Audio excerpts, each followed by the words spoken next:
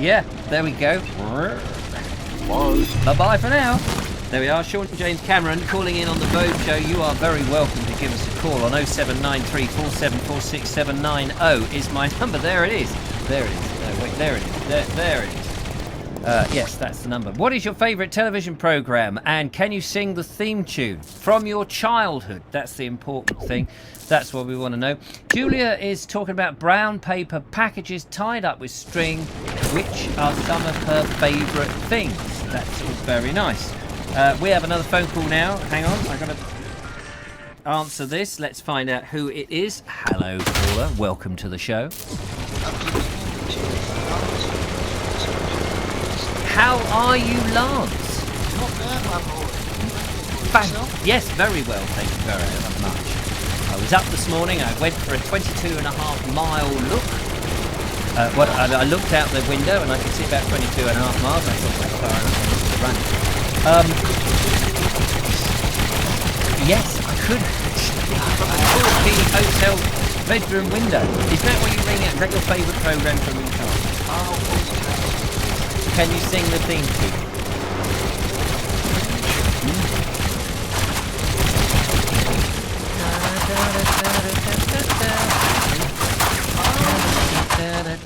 Off you go. You know like the signs out the front used to change the sign? One was Farty Owls. That's it. Yeah, loved all that.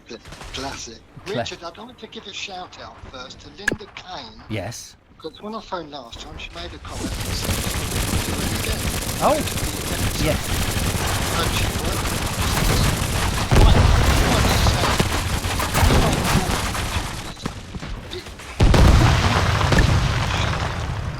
Distractions in your mind. I've got nonsense going in my mind. You've got nonsense going in your mind. I've got a lot of nonsense. Yeah, exactly. Yeah. You can well believe it. So it does. It just takes you into another dimension. You know, like say you've drawn, so you.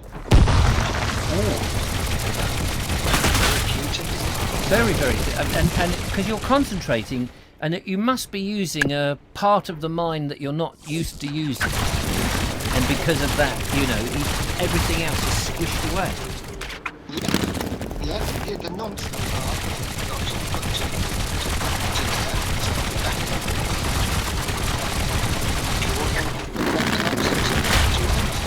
What were you drawing? What kind of things were you drawing, Lance?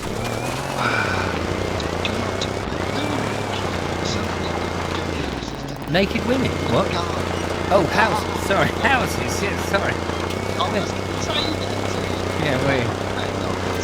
Yeah.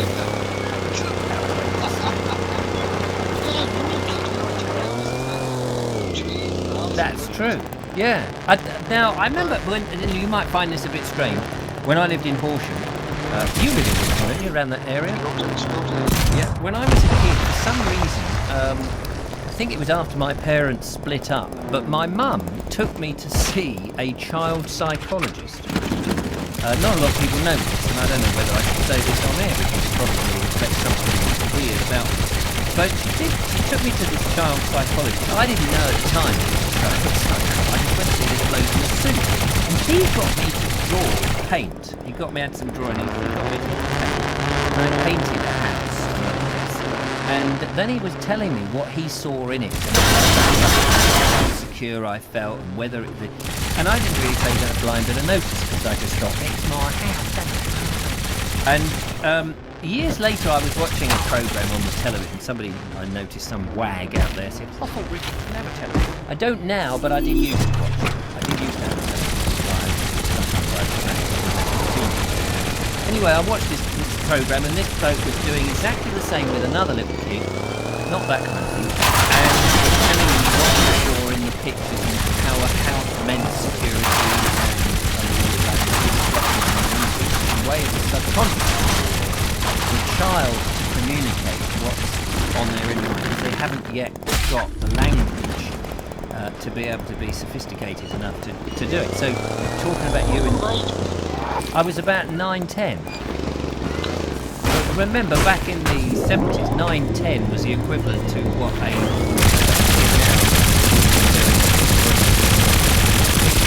grow up. So Yeah. So So tell me about your houses and stuff. You were drawing. Well,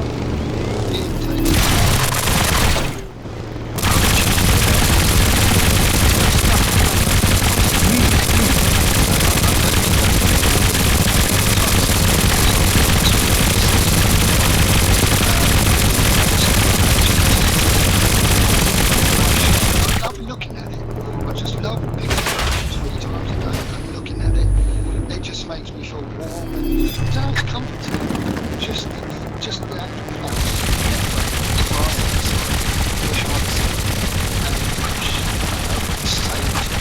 It's a comfort. And are your houses symmetrical?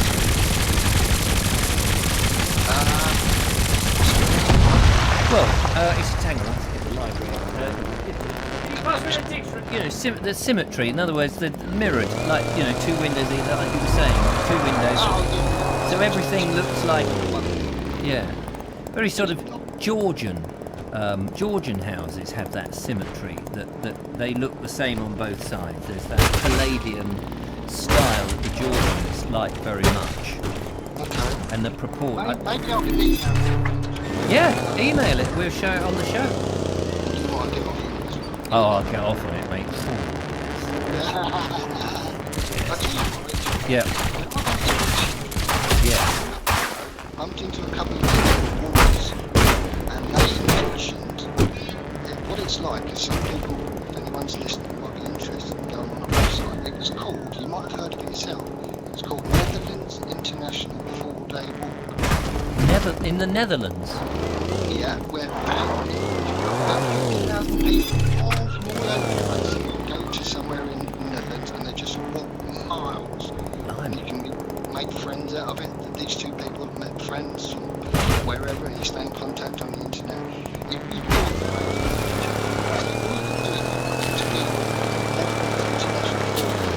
have websites and you can go on it, and these people do it every year.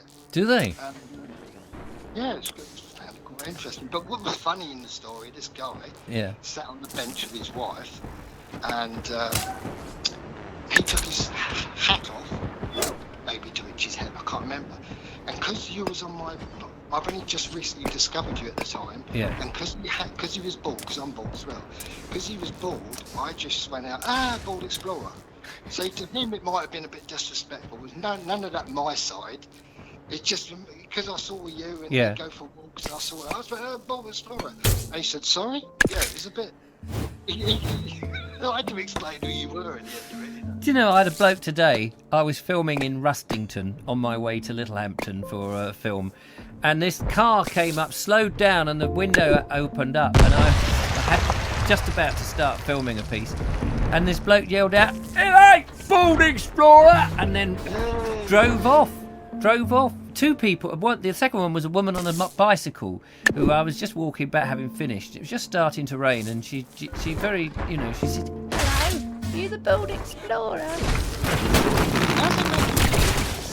It's nice. It's very nice. I mean, it could be. When I was a kid at school, I used to get punched down the corridor in between lessons, or I would be thrown to the floor or smashed into the lockers. So it's a lot better than that, I can tell you. It's nice. It's nice being recognised. It's always a surprise. It's always a surprise, and it's very humbling that people, she said, "I just watched your one in Rustington." I think, oh, blimey, I'm doing another one. How many subscribers do you have now? I've got about 3 or 4 now. Three people.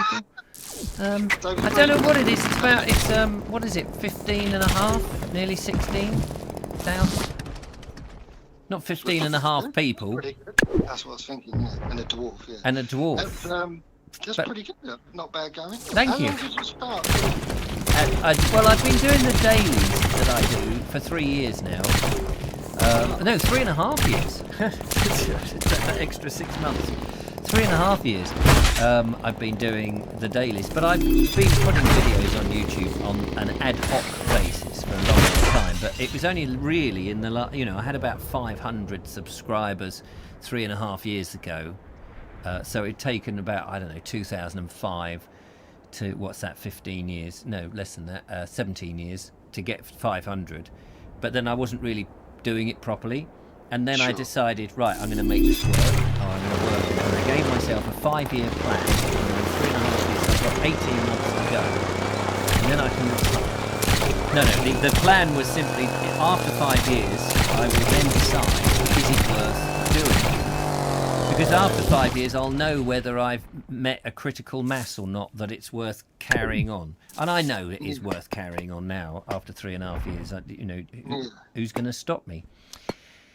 I did see you on YouTube do this. Was it a program that was aired on ITV? You and some bloke. It was a children. Oh yeah. It was aimed at kids. Do you remember doing that? Like in the 70s? 70s. You done a few episodes.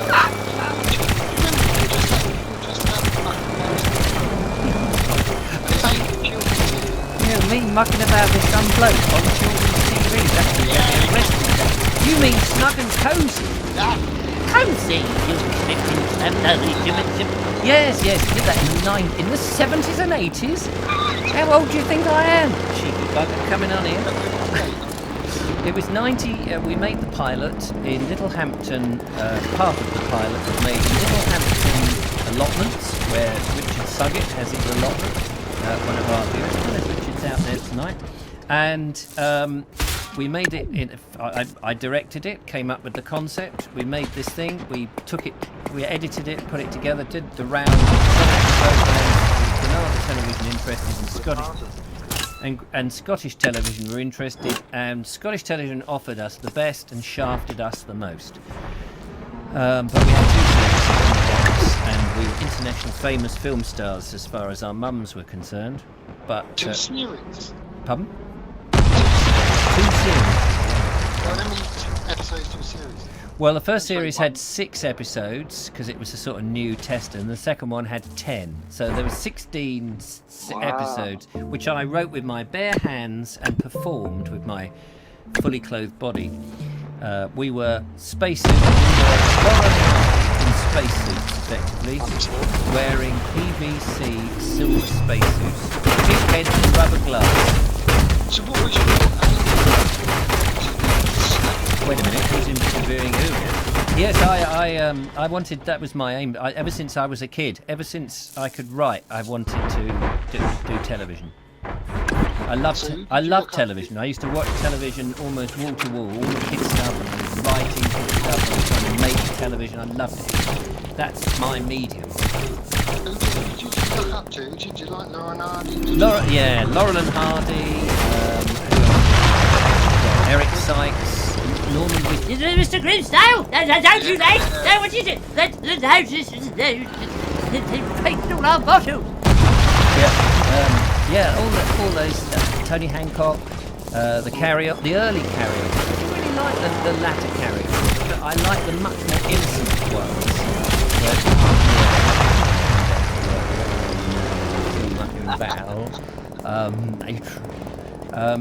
All of that. That was real British. I love it. What's his name? I like Ted Ray, but I like the guy on the Will Hay. Thank you, Will Hay. And Moores Marriott and Graham Moffat and that brigade. You're wasting your time. Last train's gone. All of that. All of those sort of things. Anyway. I remember that Carry On where Sid James was Mr. Nookie and Joan Sims was Miss Moore, and they got together some sort of about potion that I can't remember what the potion was, about aging or something, and they got together, teamed up, and outside there was the science that must have been one of the latter ones. The Veggrow podcast is out there. There we are. Steps into the shadows. So folks can see me. There we are. Nice to see you, Richard. Yes, that's where Snug Cozy was. All those days ago. Absolutely. So there we are. Anyway, we better move on. We've got videos to play in, but lovely to hear from you, Lance. And as Linda Kane said, please call in again. I will do so. Very nice to hear you, and thank you very much for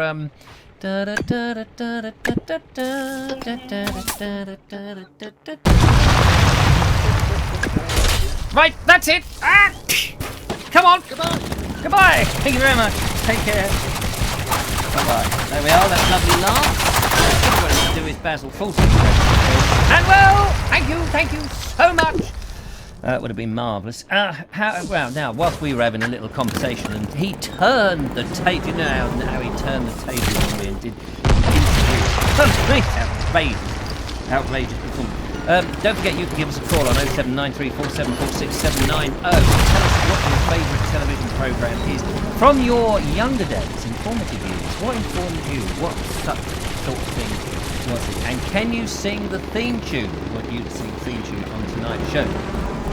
So that's what we want. Lots of talking about trees. I didn't factor in Richard's other channels, Linda, said Rasputin of Arlington. Kerry Baldwin says, I watched the Snug and Cozy the other week. Funniest thing I've seen. Snug and Cozy, I could tell you stories about that. It never came out quite how I ever wanted it to work, because we worked with two directors who really hadn't done children's television, or at least slapstick, and it was very difficult. Wow, that's fantastic. Something about weight loss potion. Nice one, Lance. Yes, nice one, Lance. Don't mention the what is it? Something. What was the thing about the hamster? It was a Norwegian pedigree hamster. Great to hear you, Lance. More than I've ever done. Send some pictures. Basil. Coming, dear. Coming. Call that a knife. That's no. What has he said? Call that. I wish that was a. Oh, there's a mouse. Call that a. Wish you were a. Oh yes, it's a mouse. I wish you were a mouse. Yeah. Anyway, right. Shall we play another video in whilst we're waiting for the next exciting caller? Okay, it's 9 o'clock here in the UK. Now, Mike, we're going to play. Mike has done one of his lovely poems. But Mike, I'd like to say to Mike Stevens,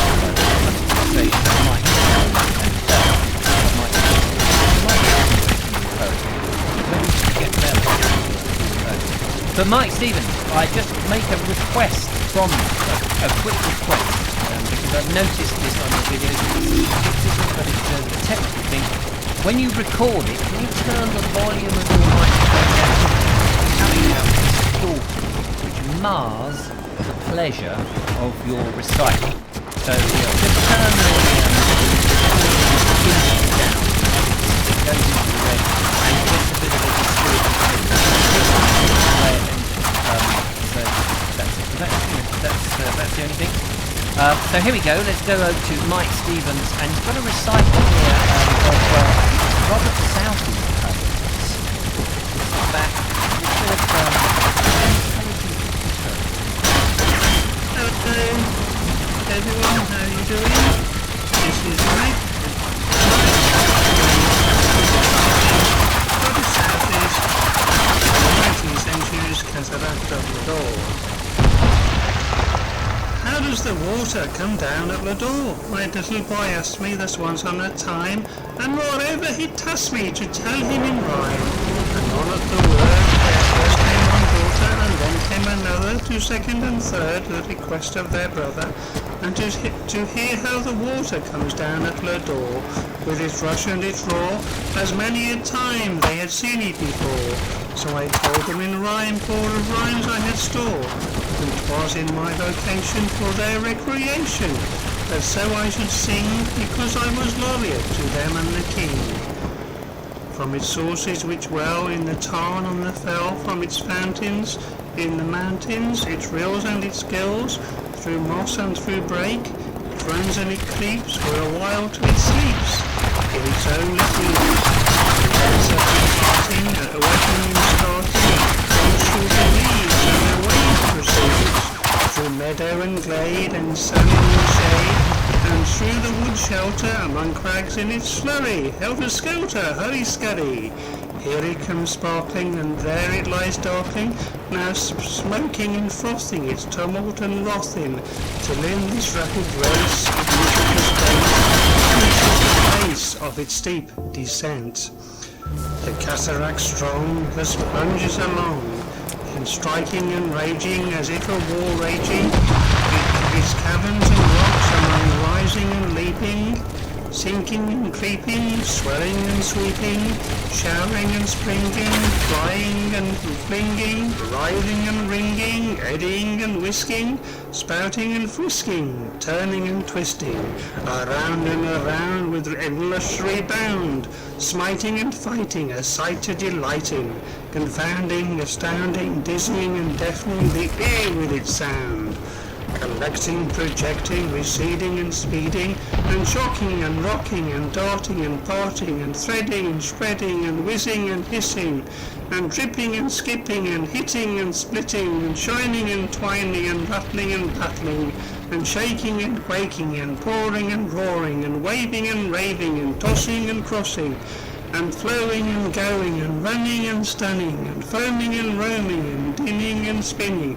and dropping and hopping and working and jerking and cuddling and struggling and heaving and cleaving and moaning and groaning and glittering and frittering and gathering and feathering and whitening and brightening and quivering and shivering and hurrying and scurrying and thundering and floundering, dividing and gliding and sliding and falling and brawling and sprawling and driving and writhing and striving and sprinkling and twinkling and wrinkling and sounding and bounding and rounding and bubbling and troubling and doubling and grumbling and rumbling and tumbling and cluttering and battering and shattering, retreating and beating and meeting and sheeting, delaying